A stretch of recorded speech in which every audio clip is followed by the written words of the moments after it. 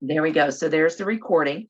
And like I said, we are in listen only mode today. So if you do have a question, put it in chat and Jim and I will be monitoring that in either present that to the entire group, or if it's something that's more specific just to your situation, we'll just answer it individually. And, just as a reminder, today, this is sort of a high level presentation, meaning that, we're going to give you ideas and suggestions and questions to, arm you so you can make those good financial decisions. And we're also going to give you some toolboxes and some nuggets of information that you can use to really help you going forward into 2023. So to begin with, what we thought we would do also, we know that this might be the first time that some of you out there has actually interacted with AMBA. So we thought we'd take just a couple moments and explain that AMBA is your endorsed benefits advisor for PERI. AMBA stands for Association Member, which is all of you. Benefits advisors, that's Jim and myself and our team here in Ohio. And nationally, we actually work with over 80 different associations now. And what we do is anytime any one of those associations comes to us and says, hey, here's the problem facing our retirees, we need a solution. So we're able to bring solutions to the associations and then present them to the individual members so we can hopefully solve some of the problems that you have. And here in Ohio, we're actually endorsed not only by PERI, but also by the Police and Fire Retirees of Ohio, the School Employee Retirees of Ohio, and the Ohio Retired Teachers Association. And just to give you a little bit of background about us, again, my name is Bonnie Norris, and I'm one of the 2 district managers. I've been with AMBA for nearly 8 years, and I'm located down at Oxford, Ohio, so Miami University area. Prior to coming to AMBA, I worked for a company in human resources, and also spent about 14 years with Ohio State University Extension. So completely know what kind of shoes you folks were walking in, because I was also in your system. So Jim, tell us a little bit about you. Good morning, everyone. My name is Jim Kane. I've been with AMBA for, this is my 10th year. And my prior career has fit really well with this, assisting Ohio's public employee retirees. I was a nursing home administrator and ran home health agencies for years prior to coming to Ohio and joining the associations. So be it Medicare, elder care, anything in that space where a lot of our members are dealing with that with parents or perhaps, a spouse or sister or brother, please use Bonnie and I as a resource, even if you're not taking advantage of the discounted plans through Public Employee Retirees, Inc.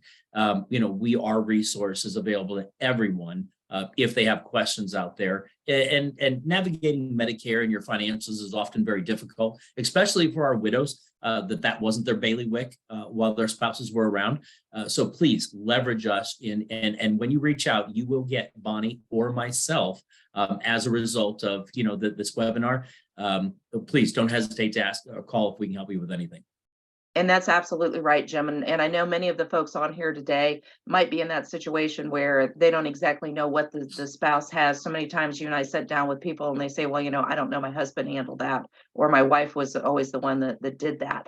So today, our goal is to give you a lot of basic information, and there will be a handout too for one of the parts that I will be emailing later today. So as we get into our program, one of the things that we always like to do as we're doing these for all of the associations here in the state of Ohio now, we like to turn a spotlight onto the association. So Leslie, I'm so happy that you were able to join us today so you can tell us about what is going on at PERI at the state level, at the chapter level. We've got some great pictures here. I know many of our chapters are meeting again as the AMBA reps, as we're out there speaking to folks one-on-one in person. So Leslie, what's going on with PERI? Well, we're busy working. We have our renewals, as all of you know, on here. So your annual renewals have come about, and we have been busy at the state office now handling all those transactions coming in, and we are doing very well at that, and appreciate all the renewals that have come in. I want to thank each and every one of you for attending today. This is our first one. I was hesitant. I wasn't sure how many people would come on, and I'm absolutely thrilled with the attendance numbers. And I'm glad that we can show our board of trustees, Matt, that we do have some interests that are, computer savvy, that will come on and really learn from these webinars that we're going to continue to do. I think that you'll find these educational webinars full of value and content that you can bring forward to start working additional plans that you might need to for your future. PERI's been in business for over 50 years. And so I think we have a really good track record at working with General Assembly and OPERS to ensure that we have, the best pension program going forward. And you all do. I've always wanted to say, when I go and talk at any of the chapters or district meetings, that you really do have a robust and solid pension plan. As much as things, can drive you crazy with, the insurance and different changes, the pension plan itself and how it's set up for security and trust is done very well. We will continue to watch legislation, as we have all new legislators, as you know, in the state of Ohio, that we call a lot of freshmen group coming in, and even on the federal side. So we're going to continue to watch the WEP, which I know is a big watch for everybody. I don't know if we'll get the outcome that we all anticipate, but we will continue to get addresses and letters once we get some more information on the ways and means for the federal side, to ask about them, making some compromises and making some changes along with the state of Ohio. So we are watching, I think it's the ESG, which is the financial part of Ohio right now, where they are wanting to come in and say that the pension plans can only invest in certain commodities like fossil fuels, or they want you to veer away from certain other areas of investment. And OPERS and ourselves have publicly put in a statement that we do not agree with that. And Senator Shearing has also entered a bill as well for this, in regards to our OPERS board has a fiduciary responsibility to make the most money for all of you pension collectors. So if you can't direct us and tell them where they want to invest, because it's not in what their political views are. So what we're trying to back is, no, they have fiduciary responsibility to invest the money in the safest and best location to get the best return for your dollar. So those are two that we're watching very closely on that. And so as soon as we get more information, we'll have that. And you'll also be getting our newsletter as soon as we can get that to print. We just have one more vote for our board meeting next week, and we'll be sending that out to print, and that'll go out to you guys as a quarterly update for you. That's all I got, Bonnie. Like you guys are really busy, Leslie. So that's awesome. We are.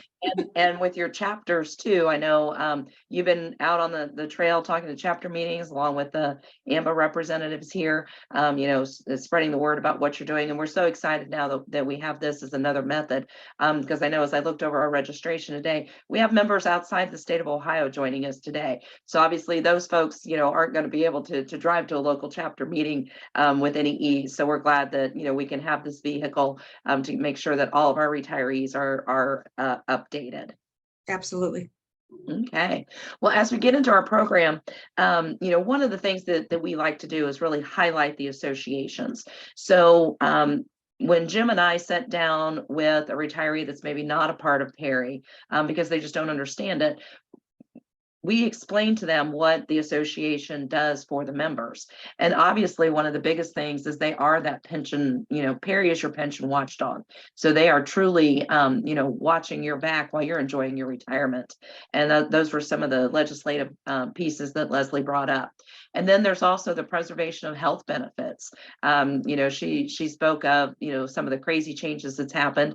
Actually the affiliation between AMBA and PERI started about the time the whole world changed for our OPERS retirees, didn't it, Jim?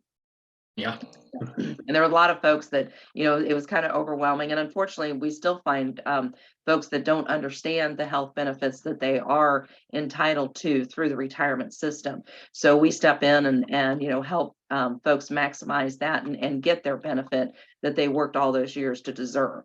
And then, with the local chapter meetings, and I know that with COVID and aging volunteers, some of our local chapters are starting to struggle. So I know, Leslie, you shared with us that there's a couple chapters that are going together, looking at doing things maybe more event-based or, something a little outside the normal box. So we can't help, or we can't wait to help with those local chapter events and things like that.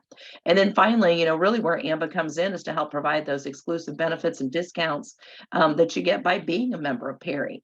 Membership truly has its privileges, and we're going to talk about some of that today. And if you've not heard one of us speak at your local chapters, hopefully that's because you just weren't able to get there that day, or maybe you just haven't had the opportunity to make an appointment to do a benefits review with one of us yet.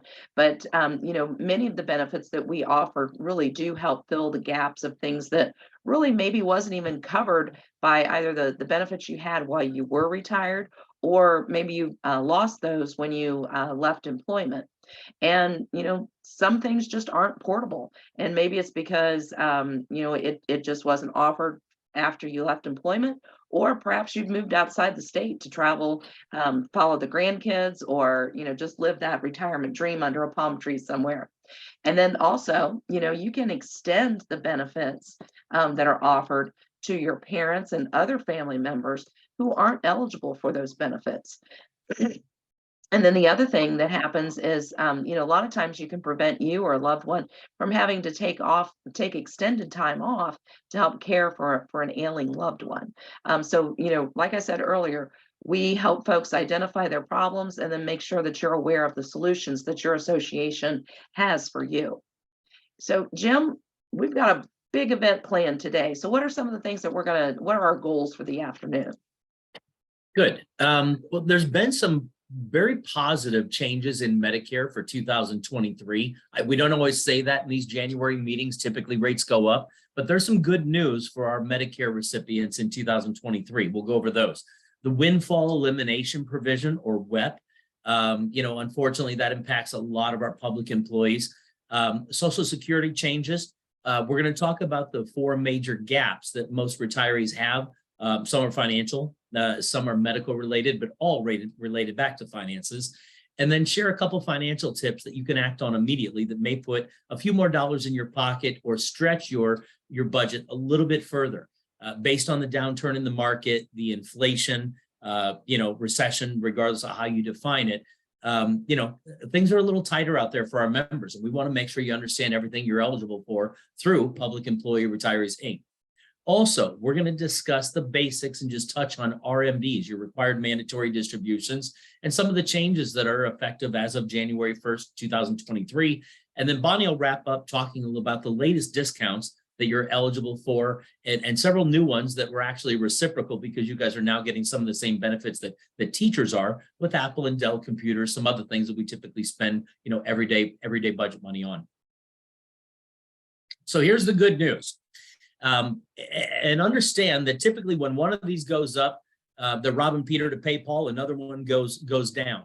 But in this case, it's all good news for 2023. 2023's cost of living increase for Social Security, for those receiving Social Security, 8.7%, which means about an average of $140 per month per retiree.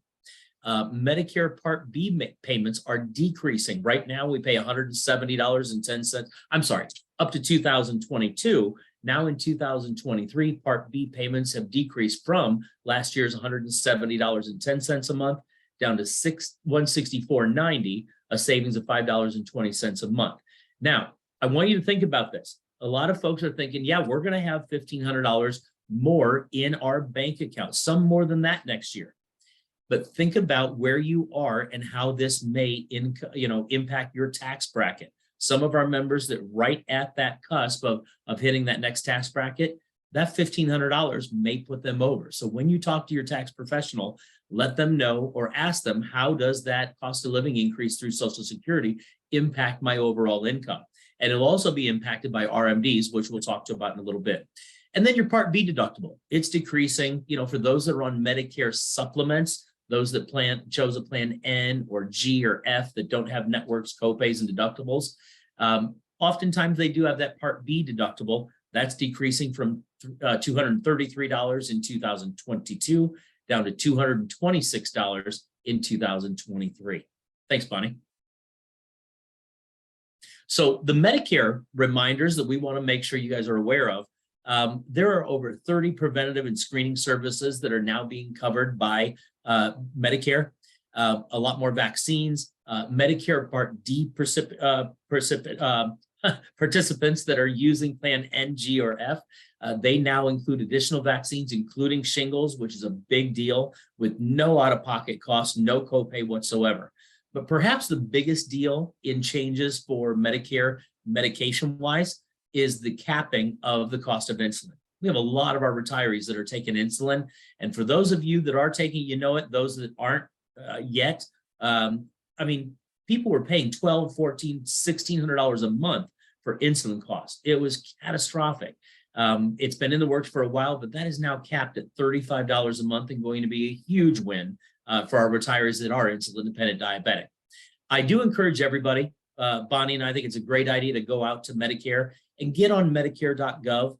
Those that are on this webinar, obviously, PC internet savvy, get on Medicare.gov and create an account by using your name and your zip code, and they'll create a general or a specific account where you can go in and see exactly what you're eligible for and check off those lists. And we'll talk about the importance of taking care of your preventative services.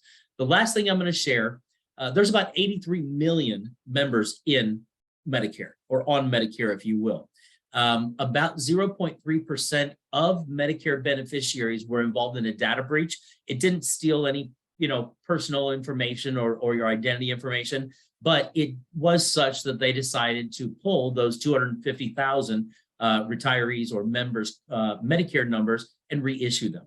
So if in the event you happen to be in that lottery of 0.03%, that 250,000 throughout the US that did have their Medicare data breached, you're going to get a new card in the next 30 days. If you see it, you're welcome to call Bonnie or I or ask any questions. Nothing's going to change. That number is specific to you, but just for safety and security, the government decided to reissue about 250,000 of them to keep everybody safe. All right, so let's talk about why we initiated this financial security and discussion. A lot of our members that have attended prior webinars would know, because they've seen this graph. We've been using it in other associations for the past year, but this is actually from the Congressional Budget Office. We got this in 2018. I hadn't seen it before that, but this details the cuts in Medicare that Congress passed between 2013 and 2022. Now, there's actually a second set of cuts scheduled to take place between 2022 and 2030. But because of what's going on with Congress, and it just hasn't made it to their table, and they're in no hurry because everybody needs a little bit more money post-COVID.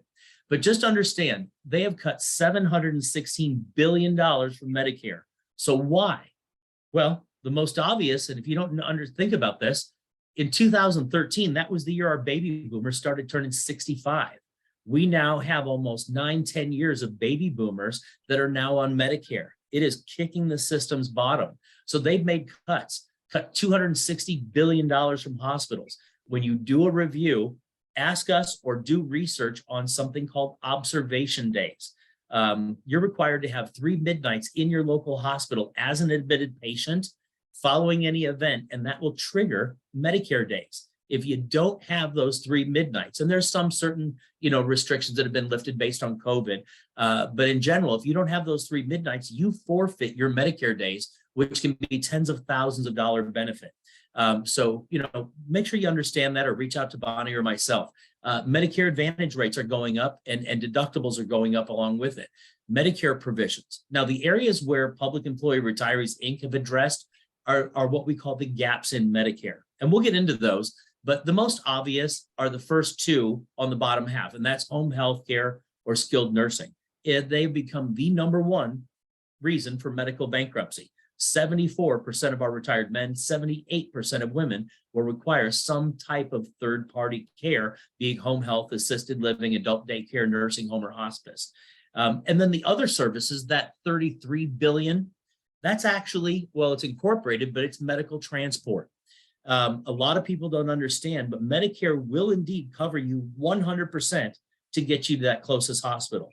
Now, if you're on an Advantage plan that has networks and copays and deductibles, you'll have a little more skin in the game because you have networks and copays and deductibles. But even if you're on a brilliant, Medicare supplement that covers most everything, a plan N, a G, or an F, it's still your closest hospital. If your doc says, hey, Miss Bonnie, we can't handle you, we need to get you to Cleveland, Akron, Toledo, Cincinnati, or Columbus, one of the 5-6 trauma centers, that second trip's on you. And that's where we hear these ridiculous stories of people paying $3,000, $4,000, $5,000 for medical ground transports, or gosh forbid, $25,000, $35,000 because they put you on a helicopter. It's not governed by Medicare. In fact, for some rhyme or reason, medical transport, whether it's through the FAA with the flight or the ground advanced life support, they've been able to wiggle out of Medicare's guidelines based on being independent, out of network practices. So again, understand where these cuts have been made, and these cuts are already been made. This isn't the next series of cuts. And based on the baby boomers, unfortunately, they'll probably be covering less in the future. And that's why, we do this, is so you can prepare now. That's right, Jim, because we never want one of our retirees to say, oh my gosh, I wish I would have known that. So that's why these informational programs are so important. And also, when we sit down to do benefits reviews with folks, we provide a lot of this specific information. And folks, before I get into this slide, I do want to remind you that if you do have a question, just hover down on your little menu bar, and where it says Q&A, you can type that in there, and Jim and I are monitoring those. I know we've got a few folks that's having some technical issues. Unfortunately, I think maybe that's on your end as far as how your computer's setting. So, you can email us, and I'll make sure that you get the recording of today's program also. So, and Jim, to get back to Medicare and the cost and everything, and I think that was some pretty enlightening information that you just shared. Sometimes we run across folks and they say, hey, I got a thing from Medicare that says my Medicare Part B is going up into like the next income bracket. And just as a disclaimer, we're not tax professionals here. So we do suggest that, you do work with your tax accountant on some of these situations. But when it comes to your cost of Medicare going up, there is an option that you have. So if you have gotten married or divorced in the last year, if your spouse has passed away, if you've stopped working or reduced the hours that you worked, or perhaps you had a money-making property like a lake house or a rental unit that was taken away by a tornado or flooding, or maybe your pension for some reason stopped or went down, you can file the form SSA 44, and that's on the Social Security website. You can go there and just search for SSA 44. It's called the Medicare Income Related Monthly Adjusted Amount. And that's where you can petition, I guess, for lack of a better word, Jim, for Medicare to take a look and see if there's a reason that you should not be charged that. And again, you can do that. You can do that now. You don't have to wait till tax season. So again, that's SSA 44. So, and Leslie touched on, our next topic here briefly when she was talking about the legislative issues with the windfall elimination. So folks out there, if you are getting ready to retire, this is something that you absolutely need to make sure that you have an understanding of. Because I was on one of our retirees county programs a few years ago where they were doing a so you're getting ready for retirement type seminar. And there was literally a lady there who had had another career prior to coming to public work. And she had paid into Social Security all those years. And when the topic of the windfall elimination was introduced, she put her head in her hands and said, do you mean to tell me I'm not going to get my full Social Security, which she had been banking on, figuring on, so she could actually retire. So folks, because of the pension systems and the way they were designed, and the fact that, you've not paid in Social Security taxes, you do fall under the windfall elimination provision. And what that means is the WEP could actually reduce any Social Security benefits by up to half of the amount of your pension. So if you have specific questions, specific numbers, we strongly encourage you to make an appointment with Social Security. And remember, you can go to any office. It doesn't have to be, downtown Columbus. You could drive out to the country, have a nice trip, a nice meal while you're out there. You can go to any office, or you can actually go to their website here, and there's a calculator there to help you calculate, how that is going to be affected. And just a couple things that Leslie touched on, and this is something that I think a lot of folks don't recognize, is they have been having this conversation. This has been an issue for over 4 decades. And actually, in the last session, it got closer to a resolution than it ever has before, because there's actually been over 300 co-sponsors of the bill that almost got it to a vote. So what the politicians did agree to was they did pledge to identify a compromise.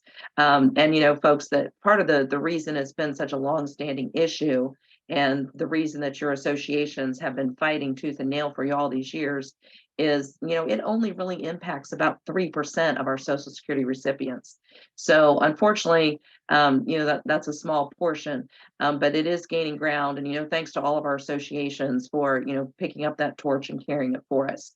And folks, one of the biggest questions we always get is, can the windfall elimination actually reduce Social Security to zero? A lot of times I sat down with folks and it's like, well, no, I don't get much. By the time they take Medicare out, I don't have much left over. My response is always, well, at least it can cover your Medicare cost. But by law, your Social Security cannot be eliminated entirely. Social Security does set the maximums on the dollar amount, and this year that maximum reduction is $558 for those filing at retirement age. And again, we're not going to get way into the weeds, but if you want to schedule an appointment with Jim, myself, we can talk about this, and just so you're not blindsided, like that poor lady was at the soon-to-be retirement program. So, Jim, we've talked about knowing things, not being blindsided. We've talked about Medicare, and many of us are still a little shocked when we're flipping through the stations, and it's like, oh, Joe Namath and JJ Walker's not on every other channel. Thank goodness that ended there on December 7th. But now January hits and everybody's dealing with co-pays and deductibles and new plans, and sometimes that's a shock. So what we wanted to do, pause for just a little bit and talk about the importance of knowing and understanding your medical plan that you're on. Do you know what your copay is? What are your deductibles? What about your coinsurance percentages if you go to the hospital, if you go to the doctor's office, if you have a procedure done? And then the magic question when we sit down with someone to do a benefits review, and if you're on an Advantage plan, my question is always, oh, what's your out-of-pocket maximums? And a lot of times it's a deer in a headlight, because folks haven't received that education. Nobody took the time to explain what the maximum out of pocket is, which is basically after they take all of those out of pockets and deductibles and your copays, they add those together until you get to that maximum out of pocket. And when we help folks understand the difference, and the options that they have, most folks are very appreciative of the time that we spend, so they do have a better understanding of how their plan actually works. And one of the things that we're big proponents of is being a better healthcare consumer.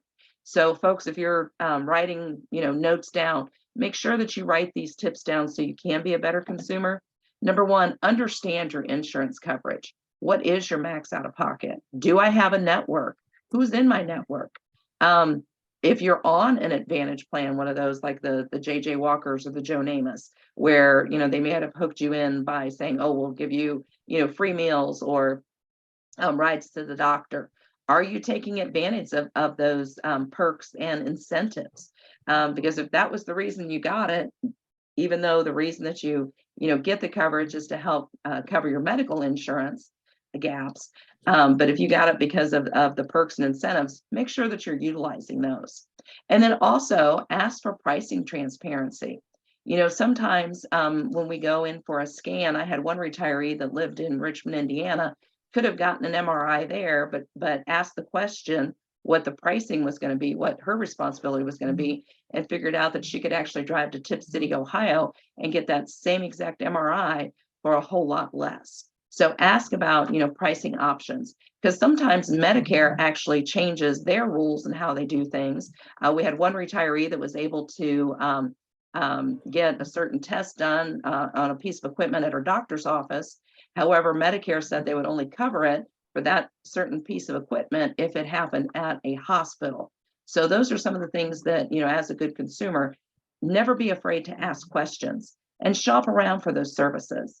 And then, especially important, make sure that you're not skipping that preventative care. And as Jim talked earlier, there's a lot of things now that Medicare is covering to help with that preventative care. And let's see, one of the, I'm going to stop share for just a second and go big here for a moment. For our folks that are on the OPER system and you have your either Medicare Advantage plan or Medicare supplement through via benefits, we do want to point out that, this time of year, make sure that all of your reimbursements are correct. If you did switch your Medicare supplement to a different company, make sure that you did actually contact your previous carrier and cancel that. So many times we sit down with folks and figure out that they have been paying for 2 Medicare supplements, maybe months into the year. So just make sure that you update that information so that you're not spending money that you shouldn't be. And Jim, with the Medicare supplements, of course, our OPERS folks, they do need to work with via benefits. When should they look at the different Medicare supplements? Shockingly, a lot of our members really don't understand the difference between a Medicare Advantage open enrollment or annual election period and Medicare supplement. So that's a great question. If you are on a Medicare Advantage plan, and by definition, that would have a lower premium, you're going to have networks and co-pays and deductibles on your card. It's going to have those written on the bottom left-hand side. For those folks, you are indeed limited to that October 15th to December 7th window that you can move plans for the following year.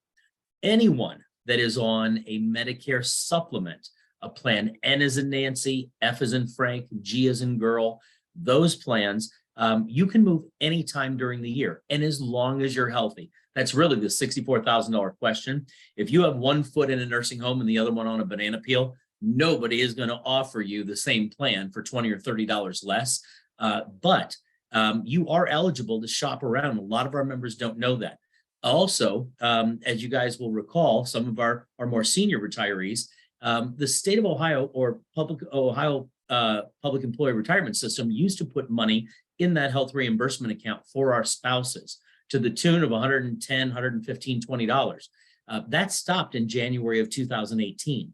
In response, public employee retirees went out and launched or endorsed a Medicare supplement for our retirees. And what's unique about this, our members that don't have 10x plus years service in the system, they're no longer eligible for Medicare stipend or their HRA. So this plan that was actually a godsend to spouses is also become a primary option for our members with less than enough years of service to qualify for the OPERS plan. So if you have a spouse and they're piggybacking on the via benefits or public employee option, click that little button, give myself or Bonnie a call, send us an email, and we can very quickly assess based on your health and zip code if we can save you money. And it's all about stretching that dollar as far as we can get it to go, as we'll talk about the impact of inflation, the drop in the the market, and the potential recession, however you want to look at it.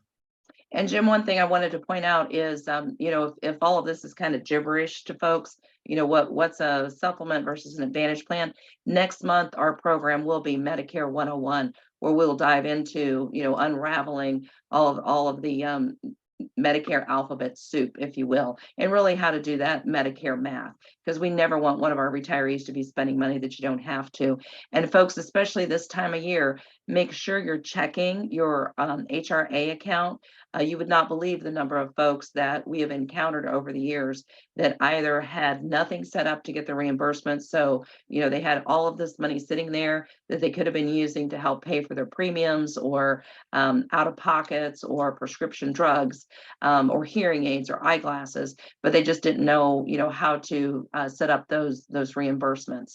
And then, like I said, we've had folks even that we've run across that had no idea about any of this. So we've helped them, get signed up so they do get their benefit that they're entitled to.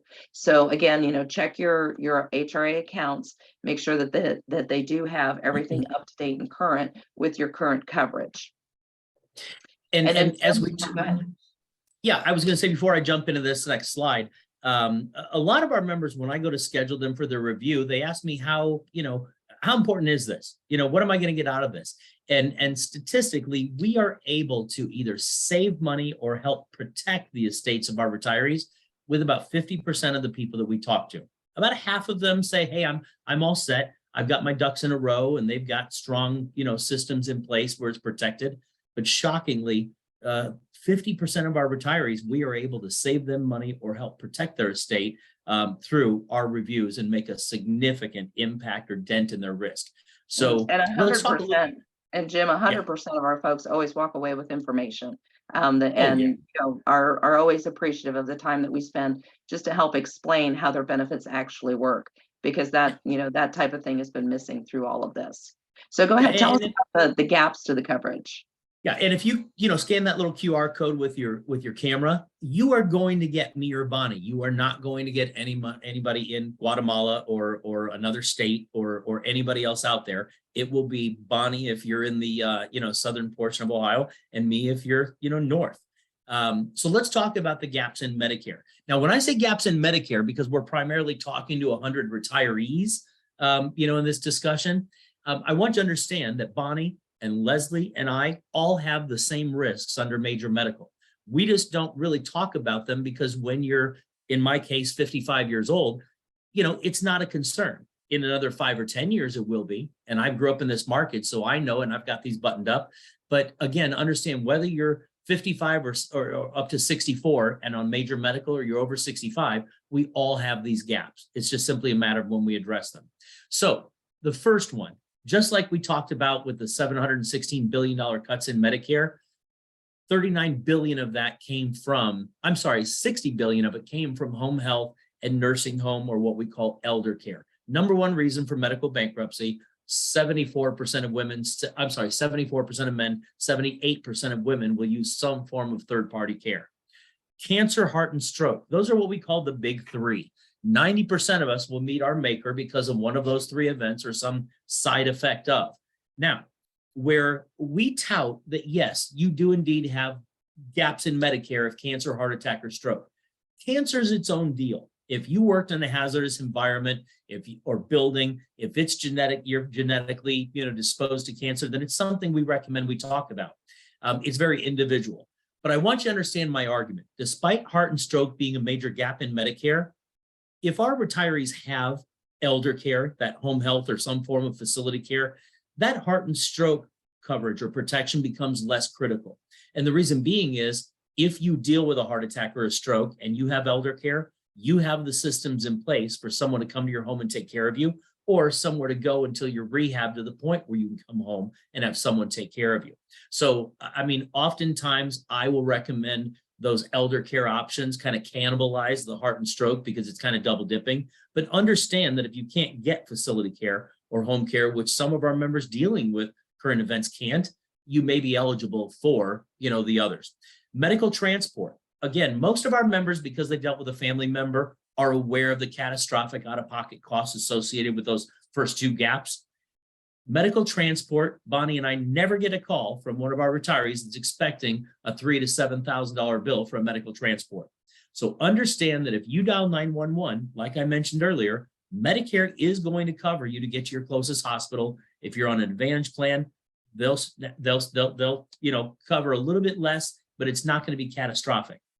But if you need to go to a major medical facility, one of the 6 trauma centers in the state of Ohio, a secondary treatment, or anything emergent, advanced life support, secondary or tertiary medical transport, you have skin in the game.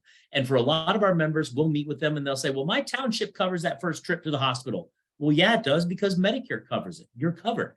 It's that trip to Columbus, a trauma, a secondary, tertiary, where you're out of your town or county. Unfortunately, that's not covered regardless of the local taxes you pay. So understand this is a gap. And some people say, Jim, how important is this? And I don't ever want to sound flippant, but Bonnie and I will never talk to you about broken leg insurance. We will never talk to you about diabetic coverage. It's because it's covered by Medicare. Medicare does not cover elder care, treatment, secondary and non-essential treatment for cancer, heart, and stroke, medical transport. And then the final one is final expenses. It's shocking, but people often have no idea. It's $12,000 to $15,000 minus any outstanding debt that the family is responsible for to bury someone. So if you don't have final expense coverage or something put aside for that $12,000, $15,000 for that spouse, that loved one, and we'll talk about some of the biggest cracks to your nest egg. One of them is, the care or death of a parent or spouse. So we'll move on with that, but just understand these are the 4 gaps, if you will, the 3 being the most prevalent, the first 3, but understand they're all something that we need to address at some point in our retirement. And Jim, some of our retirees have buttoned that up, through, coverage throughout the years. But when we sit down to do benefits reviews with folks, we ask you, go get your policy. Let's look at it. Number one, do you have your policy? Because that's going to go into what I'm going to talk about here in just a few minutes. But you may be missing out on, benefits that you're paying for and not maximizing those. For instance, if you have a cancer treatment plan, should you be getting money back every year when you get your mammogram or your pap smear, or your cancer screening? So when we sit down with folks, we make sure that you fully understand your coverage and that you folks aren't missing out on anything. So and that sort of leads into, the next portion of our program, because we want to make sure that you're financially healthy too. And we know that, a lot of folks spend money on prescriptions and medical care and medically related expenses like Jim just talked about. But when it comes to the whole picture of financial health, we're about to give you some tips and tricks and questions that you need to be asking. So first of all, spending. Do you have a budget? Obviously we can't call Columbus each month and say, hey, could you slip a little more into my pension check? I'm running a little short this month. So, think about your spending, planning and organizing. Do you have your papers pulled together? Do you, know what you're actually paying for? And we're going to talk about that in just a little bit. And then insurance, not just medical insurance, the other major insurance items that you have. And then later on, Jim's going to come back and talk about really how can you protect your nest egg. So as we start with this financial analysis, the financial health, we look at the big 3 budget items, and those really boil down to housing, transportation, and food. And, just as a reminder, on average, Americans spend about $37,000 a year on these big 3. And, one thing that we're finding more and more as we're working with retirees, a lot of folks still owe money on their house through their mortgage, or maybe they have, even a reverse mortgage. So here's a few tips for these areas. So first of all, when it comes to the house, because everything's been going a little bit crazy here in the last 18 months to 2 years in the housing market, if you do still have a mortgage to pay for, have you looked at locking in a rate if you're still on a variable or an adjustable rate mortgage? Now might be the time to lock it in, or at least start asking those questions and looking around. The next thing that, we hear a lot of times is, oh, the house is too big for me, I'm going to downsize. So again, if that is something that you're looking into, just know that when you downsize, again, the housing market's kind of crazy. So, the cost of a smaller house might actually be more than the larger house that you're in. And then obviously, if you move into a condo or something like that, make sure that you explore any HOA fees or any types of hidden fees that might dial right back into the cost of housing. And then the next item we wanted to take just a moment and talk about is something kind of interesting. People are getting very creative, and it's called house hacking. For many folks, we've heard of the Airbnb. Here in the Oxford area, we have several folks that when Miami University is doing a big event, they'll actually put their house, up for an Airbnb. They move them and the kids out and rent out their home. That may not be, feasible to some folks, but then we have other retirees that are taking in roommates. And if you think about it, it's not a real, unique or new concept. We had the Golden Girls TV show. That's how those four ladies got together, was to help share in housing expenses. And another thing, we have folks that have large outbuildings or sheds that maybe they're not using anymore, and they're actually utilizing those as a rental stream, renting them to people that need to store boats or RVs or things like that. So folks, look around and see what type of assets you have that you could actually turn into a house hack that you can actually get money off of each month. And then also DIY repairs. Are there things that you can do yourself, or could you swap talents with maybe a neighbor or a friend? If you're good at electrical, maybe they're good at drywalling. So you could swap benefits that way. And then when we get to the vehicle portion, think about how many new car lots you've driven by, how many used car lots you've driven by in the last 2 years. They're not, mirror to mirror like they used to be. If you have a vehicle that perhaps you're not using as much, or maybe your spouse passed away and you were a 2-car family and now you have one that you're just not really using, think about, is that a way that you could generate some extra money by going ahead and selling that vehicle? And then maybe there's less of a need. Maybe you're not driving as many miles now in retirement. For instance, maybe you live in Springfield and used to drive to downtown Columbus every day. That's something that we'll talk about here in just a moment when we're talking about car insurance and how there could be a cost savings that way. And then finally, when we get into the meal prep and dining out, we all like to eat out, but of course we know that that's expensive. Because you're a member of PERI, you do have access to a discount passport, and I'll talk about that at the end of the program, where you can actually save money on meal prep and going to different restaurants.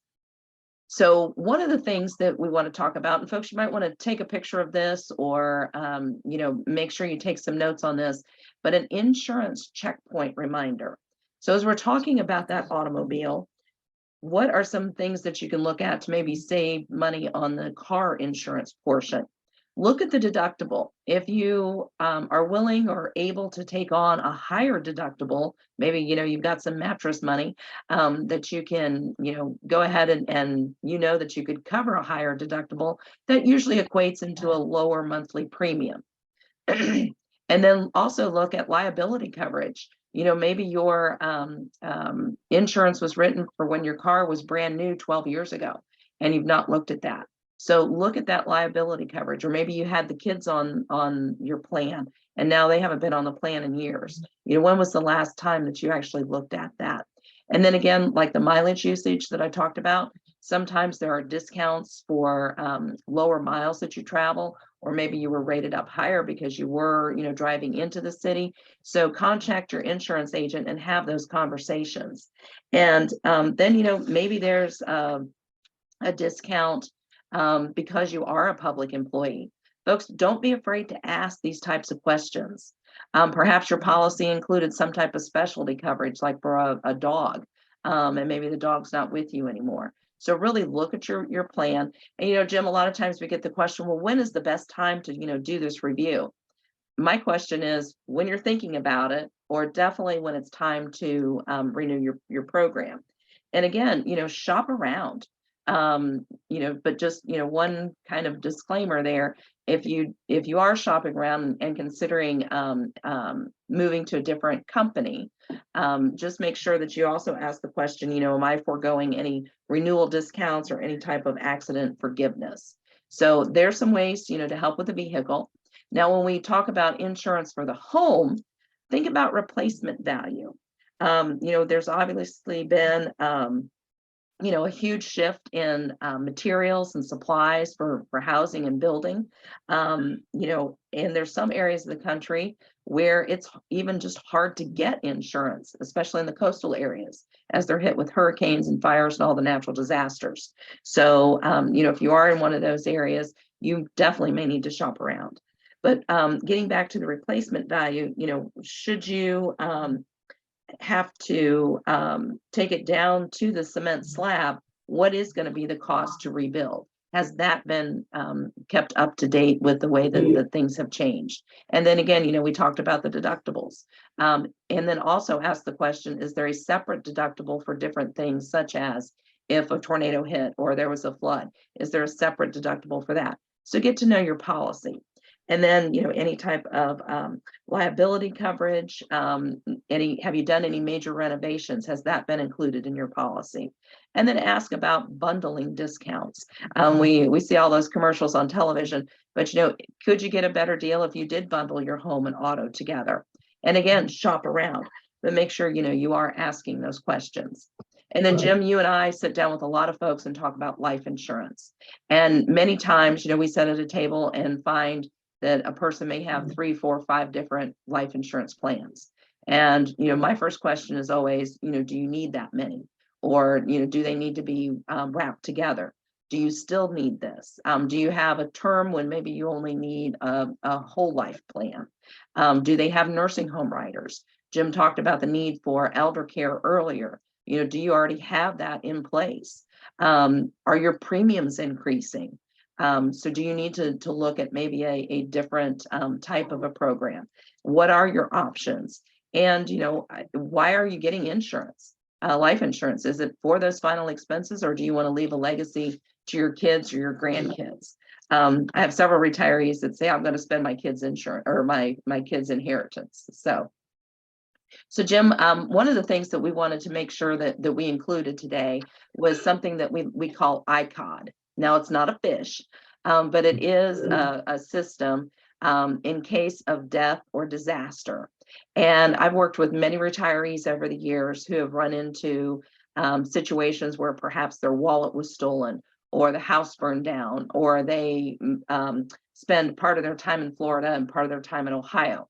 So one of the things that we thought we would do is put together a little checklist to really help get you organized for 2023, and maybe check off one of those New Year's resolutions. So what I'm going to do is, after the program today, is send everyone this little worksheet with these 9 different buckets in it. So the types of things that you can use to get organized, gather, a lot of these materials that we're talking about. And many folks get just one of these little plastic binders where they can put everything in here.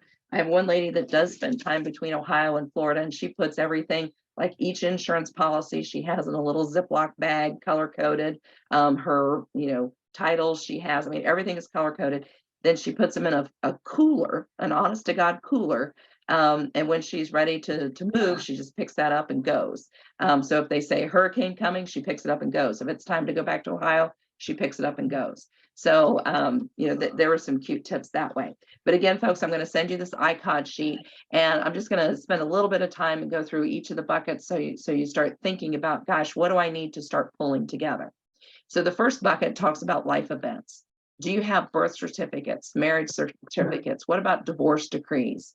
Have you an adopted child, and have you their adopted paperwork? The next bucket talks about life insurance and retirement. When we sit down with folks a lot of times and look at those life insurance policies, we find that the beneficiaries have not been updated. Maybe you've named the heir and the spare, but then you had a third child that's, I guess you didn't care. So folks, make sure that you're always looking and updating those beneficiaries. And also look at your death and service documents, any of your pension documents.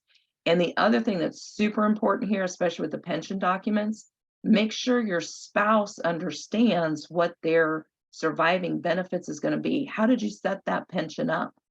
And then, do you have an annuity? Where's that paperwork?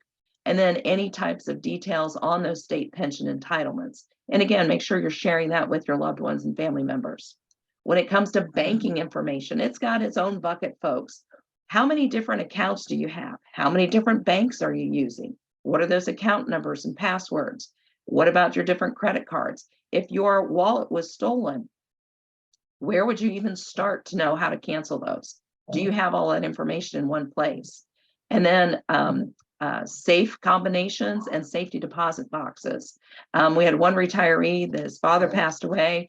He went in, to his papers and everything. He had a envelope full of safe deposit keys. Had no idea which banks they belonged to. So he spent weeks driving around to all the banks in Houston, trying to figure out, does this key go with that box? So don't put your family through that. Get those labeled and make sure they know, what's going on there. And then when we talk about assets and liabilities, we've divided these into, two separate buckets. So as far as assets, do you have the deeds for your property, any, vacation land that you have, your cemetery deeds? What about timeshare ownership or car titles, stocks, IRAs, 401ks? What are your passwords? What are your security questions? What types of bonds do you have? Any proof of loans?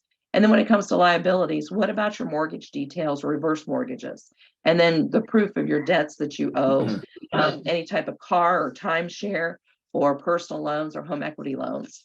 And then when we get into monthly expenses, this is kind of interesting because sometimes this is where folks say, wow, I didn't realize I was still paying for that. So this is a good exercise for you to sort of, clean some of that up. But when you're talking monthly expenses, what about your utilities, your medical insurance or your car insurance, the other types of things we've talked about, rents or mortgages, loans, memberships to PERI, or any other, social memberships that you have there. And then subscriptions. What about the things like your Netflix, your Disney Plus items? And that's where sometimes folks do find money that they shouldn't be spending anymore.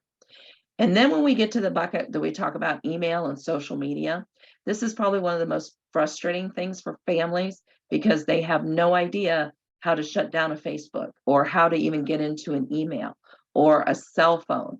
Or streaming service passwords or computer passwords. So folks, you can actually get like little booklets like this that you can record all your passwords in.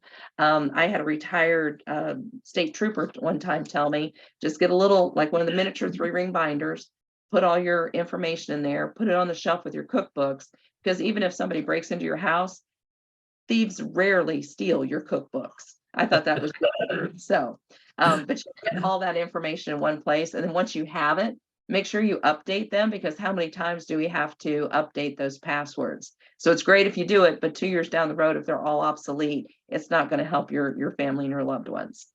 The next bucket, it talks about your contact details. Who's your doctor? Who's your AMBA representative? Jim and I, probably every month we get multiple phone calls from family members that says, hey, I found your card in mom's paperwork.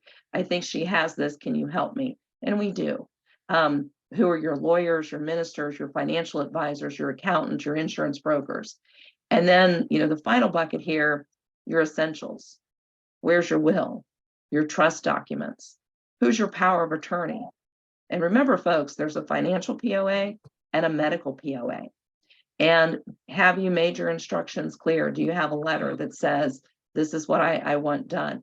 Do you want burial or cremation? So folks, again, I'm going to send you that information here after. It's just a nice little check sheet. You can use that sort of as the table of contents, and then you can organize everything after that. But I will email that out to you because it's important to have those conversations. And Jim, I shared this earlier. I work with one retiree, and mom ended up falling a few weeks ago, ended up in a rehab facility.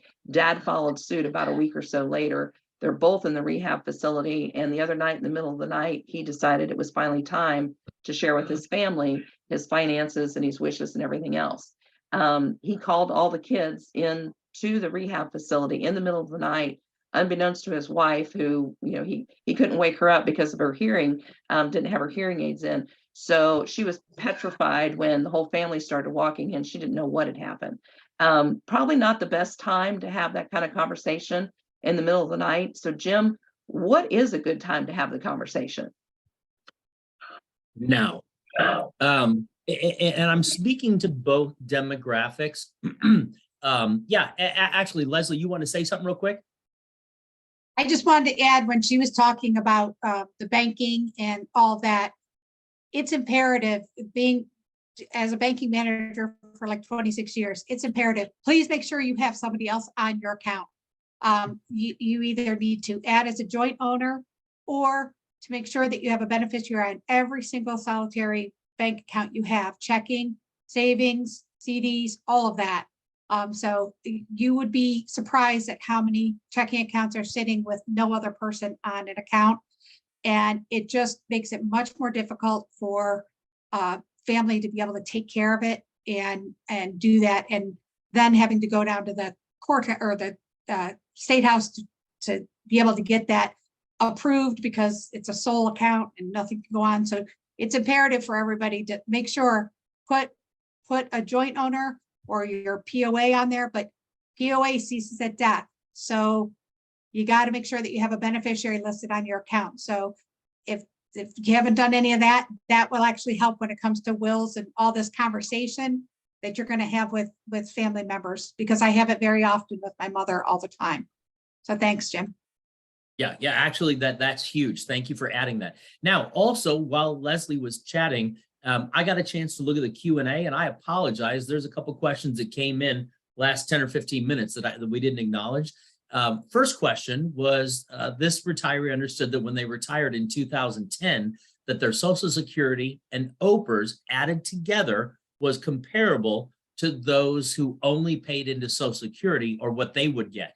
The question is, does the windfall elimination provision have impact on that? And I'm not a windfall elimination provision expert. It's probably the thing I'm least versed in. I mean, there's certain things I'm really strong at. That's not one of them. Bonnie, do you know? Yeah, and actually, I'm going to reach out to this person, because there's some other parameters in there, depending on how many years of substantial earnings they have, that sometimes that does not affect. So, that's where I said, it's always good to contact Social Security on an individual basis, because, technically for most people, the windfall elimination does reduce the amount of their Social Security. So I do want to reach out to this retiree so we can get that cleared up. It is 30. I believe if you have 30 years, if you do 30 years in a private sector and then you're in OPERS, the windfall doesn't have a real impact on it, but it's 30 years. Yeah, and there's a whole table and everything. So it's not a quick and easy answer. So that's why, I wanted to try to get with this member, so we can get that answered. Okay, and that's another brilliant reason to schedule a review, so we can do this one-on-one and give you personal attention, because what's right for the collective may not be right for the individual. The same individual had another great question with regard to medical transport. Said their closest doctor and hospital happens to be across the river in another state. Is Medicare going to cover this transport? That is a brilliant question, ma'am. Let me explain this. And Bonnie lives in one of those counties that is on the border of Indiana and Ohio. And I will tell you, before Bonnie joined us, I spent all of my time helping our retired teachers before we had the public employee endorsement, but they had no hospital within their Ohio Medicare plan that was close to them. The closest hospital was Dayton, if they had to go, and it was an hour drive. But Richmond Hospital was 5 minutes over the Indiana, Richmond, Indiana, Eaton, Ohio border. So to answer your question, if that hospital, it depends on what plan you're on, ma'am. If you're on an Advantage plan, like our teachers or some of our public employees, they're Ohio plans. So the minute you go over that border, you're out of network and you're going to pay a little bit more from a deductible or a copay perspective. With regard to medical transport, it's really where they pick you up. So if they pick you up in Ohio and deliver you over state, that's still your first trip. That's still covered. Medicare is a national plan. So even if you're in Gatlinburg, we had a retiree that was recently in Gatlinburg, had a stroke, unfortunately, at the Pancake Pantry. Ambulance came to get them, covered the $1,280 bill to get them from Pancake Pantry to Pigeon Forge Hospital, which is about the size of my kitchen. So they got the retiree stable and said, we can take you to hold on, Gatlinburg, or we can take you to, no, I'm sorry, Bristol Trauma, not Gatlinburg, Bristol Trauma, or we can get you back to Columbus. We're stable. It was a stroke, but you're stable. They chose Columbus. 3 weeks later, they got a EOB, an explanation of benefits that says Medicare covered that first trip to closest hospital, Pigeon Forge, $1,280 paid in full. The family then got a bill from the helicopter transport for $49,000 that Medicare did not cover. And 2 weeks later, another car bill for $1,300 for AAA to get their car back. And the only reason Bonnie and I know this is because the Public Employee Retirees Plan is cutting a check for $50,300 to cover both the transport and the return of the Cadillac on the flatbed back to Ohio. So if that answers your question, it is situational, but understand if you are dealing with the border, once they get you somewhere with medical transport, that's secondary or tertiary, anything advanced to life support is where you're going to have skin in the game. And that's why we have these conversations with folks during the benefits, because benefits review, because everybody is different. Sometimes I cringe when somebody says, oh, I went to the chapter meeting and so told me I didn't need that. Well, your situations aren't the same. So that's why, we spend time to sit down with folks and make sure that we can answer all of your questions that relate to you. So Jim, talking about questions and conversations, we were talking about when's the best time to have the conversation about and what we need to be asking our parents or relatives that are in cognitive decline. I'm going to tell you the answer to that is right now. Now I'm going to talk to both demographics that are tuning in here and those that are in between. We either have young retirees that are in their late 50s, early 60s, have their time in, and they're dealing with aging and ailing parents. If that is you or you the child with aging and ailing parents, get on these questions. Take your camera out, take a picture of these, and don't be afraid to ask them. But just like Leslie said, get involved with your family's finances. I understand that a lot of dads hold everything close to the vest, but you really don't want that deathbed, call everybody into the room and tell them what your bank account's names are. Get that information at least within one or two family members that you can trust. And we always have ones that we can trust better than others. Choose that person. But where do you keep your financial, statements and planning documents? Can I meet with your advisors with you? Who are your doctors and who are your medical professionals that we need to deal with if you can't? What medications are you taking and what's your pharmacy? You would be shocked, and I know there's going to be a bunch of retirees on the other end of this nodding their head, but our members love their local pharmacists. They know them like their doctor. So for your parents to, go to Walmart when you go to the medicine shop or everybody knows you at CVS, it's just going to get everybody in a bad mood. So ask the questions. What planning have you done for your long-term care? And it's not just the financial aspect. Are you prepared for it financially? But is your spouse prepared to be a caregiver? Your children, how will it impact them, their careers, their families, if they're caregiving for you? A lot of you guys that are caring for family right now know exactly what I'm talking about. It's not a part-time job. Another question you have to ask your parents, or if you're the parent, you should be volunteering this information to your children, is what kind of care do I want when I can't take care of myself? Do I want my son and daughter bathing and dressing and toileting and wiping my backside, or do I want a third party? It's different for everybody. I ran nursing homes for years, and the dichotomy between different people's perspective on what they want, it's 180 degrees.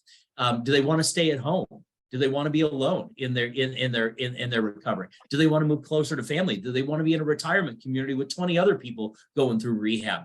What are their wishes for end of life care, funeral plans, expenses? If you haven't talked about it, bring it up. And if your children haven't brought it up to you, bring it up to them. It's their inheritance. It's their being able to afford taking care of you, or making sure those plans are in place. So if you don't have a plan, we at least know where we're going to earmark these funds. And then if you face a medical crisis, what kind of treatment do you want? Some people are fine with DNR. Some people don't want DNR. All huge questions you've got to address with your family. So what are the top threats to our nest egg? This is from USA Today. This is a national poll, but honestly, number one right now is taking care of our parents. We are now to the point where some of the baby boomers dealing with cognitive events are now requiring care at an early age, early 70s. Taking care of a parent can take you out of your career, out of your family, impact your relationships. If your parents have not discussed this, get them talking about it and where they want to earmark those monies, or if they're still eligible, what we can do to help protect them. They're still eligible for your benefits. The death of a spouse without life insurance, it's $12,000 to $15,000 starting to get somebody, and that's not considering any outstanding debt you may not be aware of that you're going to inherit. Boomerang children. Bonnie and I have dealt with boomerang children, people moving back in with mom and dad when we used to go in homes for years. That number has grown by probably more than 500% because of COVID. I can't tell you all the families we walked into their homes and there's multi-generations living because their son, daughter, anybody lost their job, and now there's 3 generations moving in the same house with the same income from your pension. It's critical. Medical crisis, any of those 4 gaps we talked about, elder care, cancer, heart, stroke, medical transport, it's going to cost you. And then what we're going to talk about in a second here is overexposure to the stock market as we age.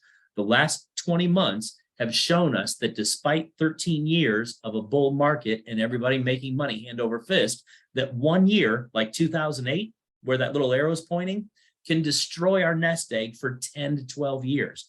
That little drop that you saw that everybody remembers in 2008, the average American lost 48% of their nest egg. And when it got to about 40%, people freaked out and they sold, and they actually lost the money.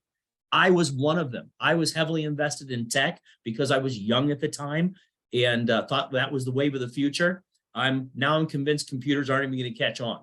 So, now you look at what's going on in the market. The market was down 20% in 2022. Inflation's up significantly, as you can see on that chart. And I don't think it's biased because it's Fox News. It's just what it is. And then whether you talk about, however you define a recession, our dollars are being stretched to the limit. You can put money in a CD. I had somebody in an earlier review today argue that they can get a little bit higher than what this is showing from last December in a CD. But unfortunately, your money's tied up.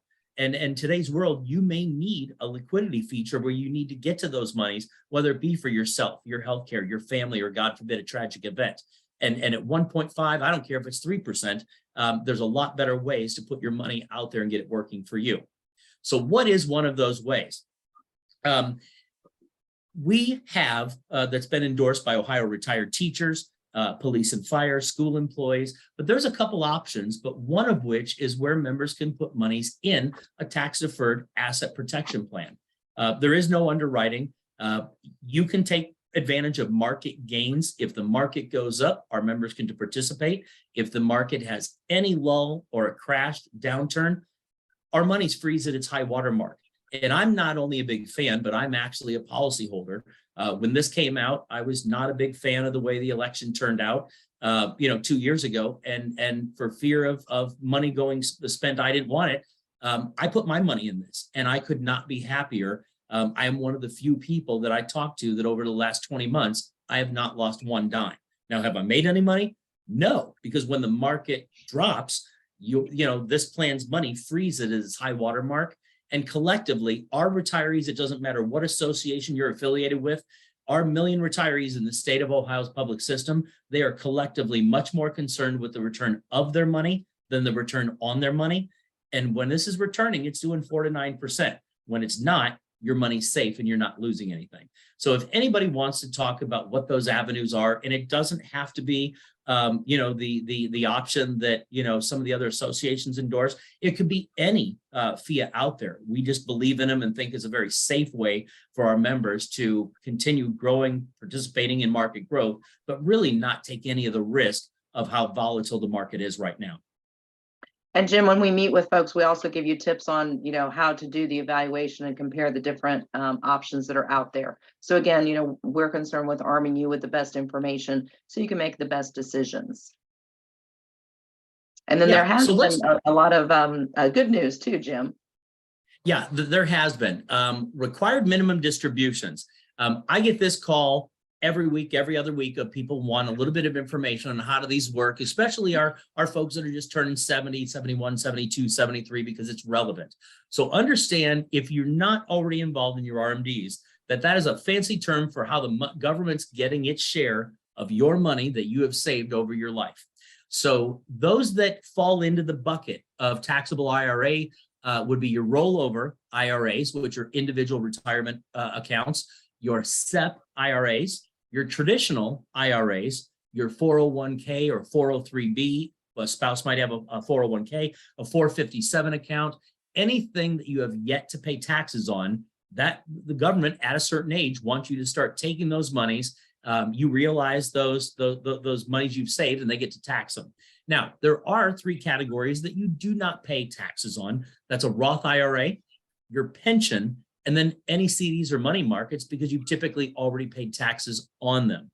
So let's talk about what and the when. So again, a portion of your savings account that's based on your age, that amount grows each year as you age. So somebody that's 80 is going to pay a little bit higher percentage than somebody at 75. And that's based on the account balance from your prior year. Now, our retirees that are 73 and 74 right now, they had their first RMDs when they were 70 and a half. In 2020, when COVID reared its head, government came out and said, listen, we're going to allow people to hold on to their money just a little bit longer, and people are living longer. So in 2020, they made it 72.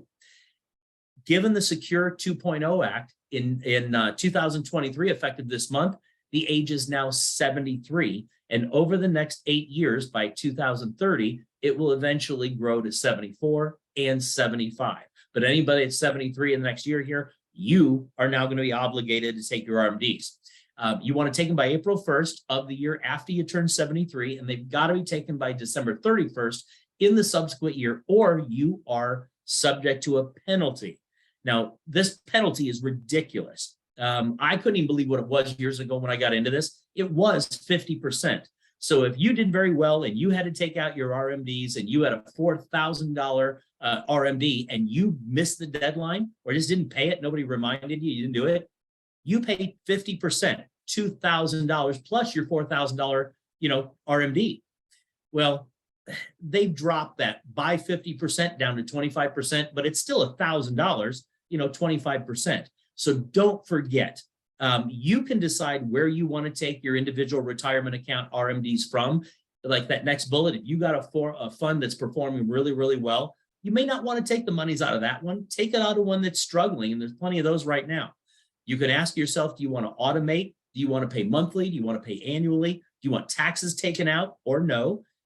You can rely on, or I should say, don't rely on your fund manager, your tax person, or financial planner to do or remind you about your RMDs. Now, most will because it's a big deal and they watch out for their clients. But if they forget, it's not on them. It's our responsibility, your responsibility to file your RMDs.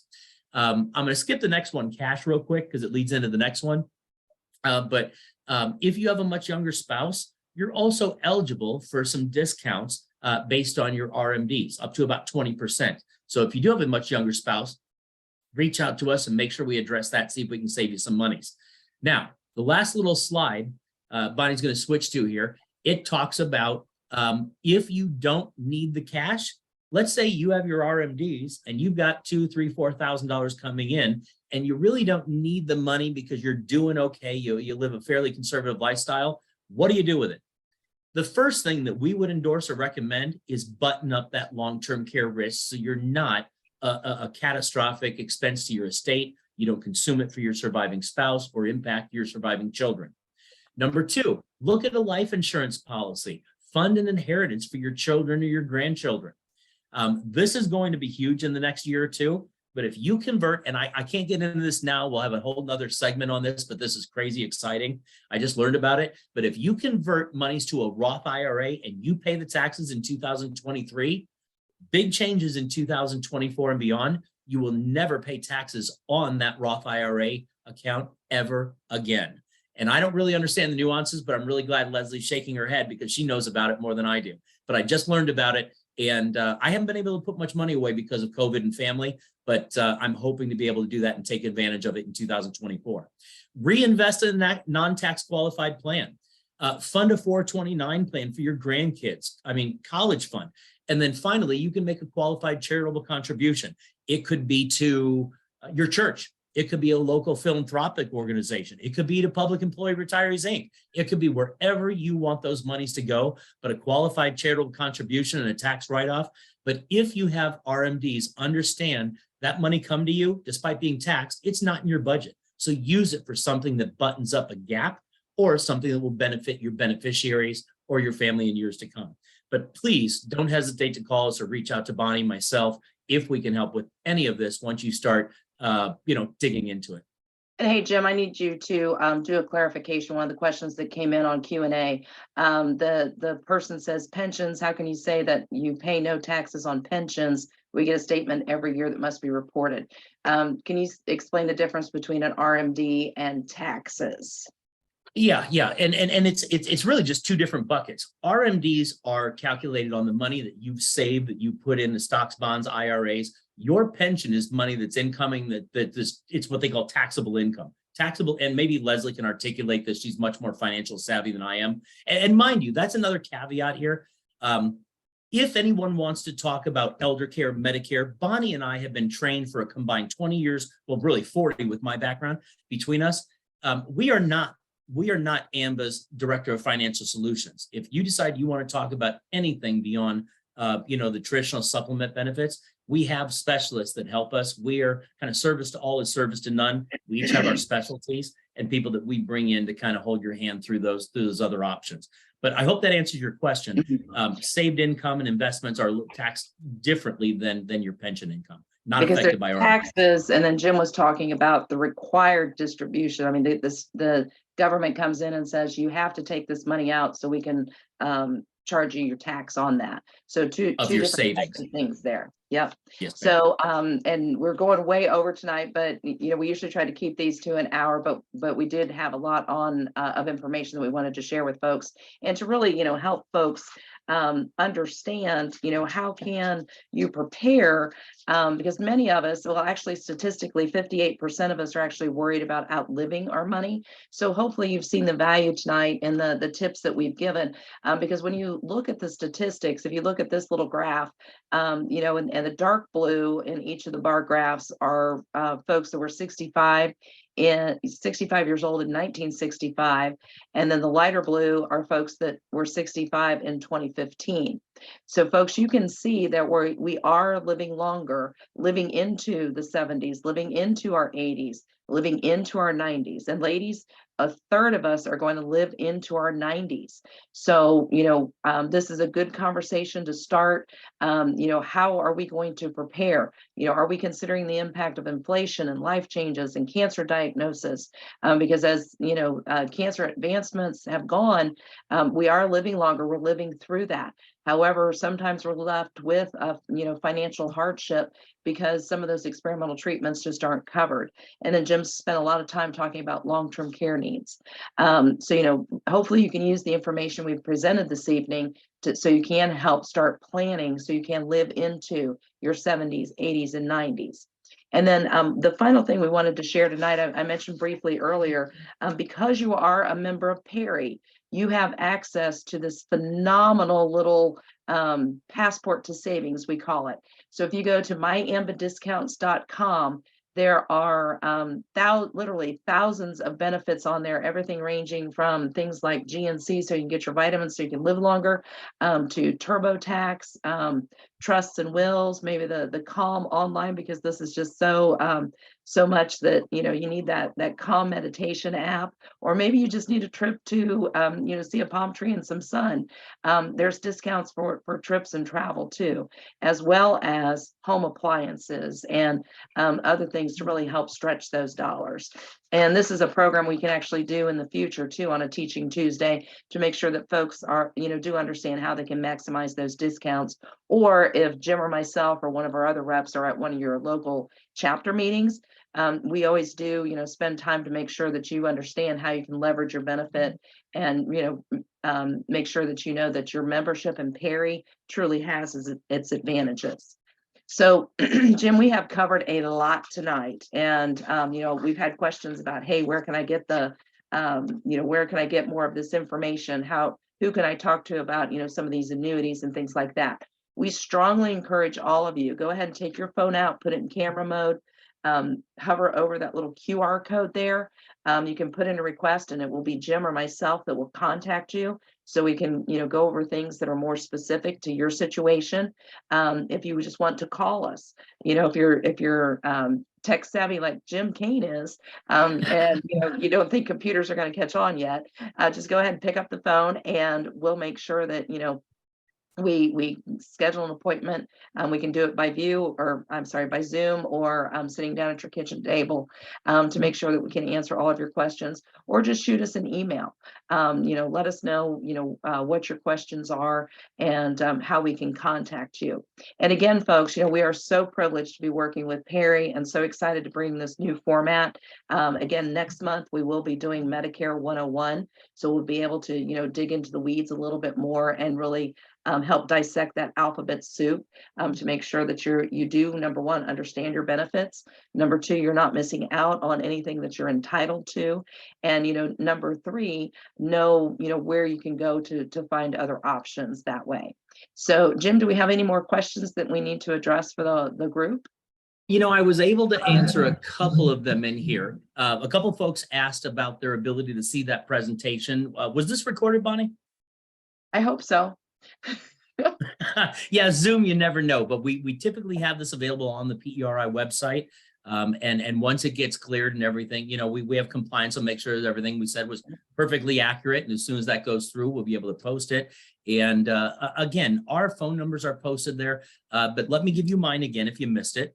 My direct dial is 614-946-4868. And Bonnie? I'm 937-533-1446.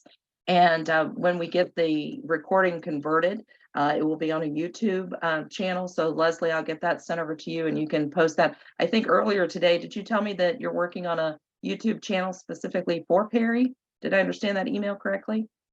I created one because they told me I should put one on there when I talked, but then also we'll have it on our website as well. So we'll have both. Yep.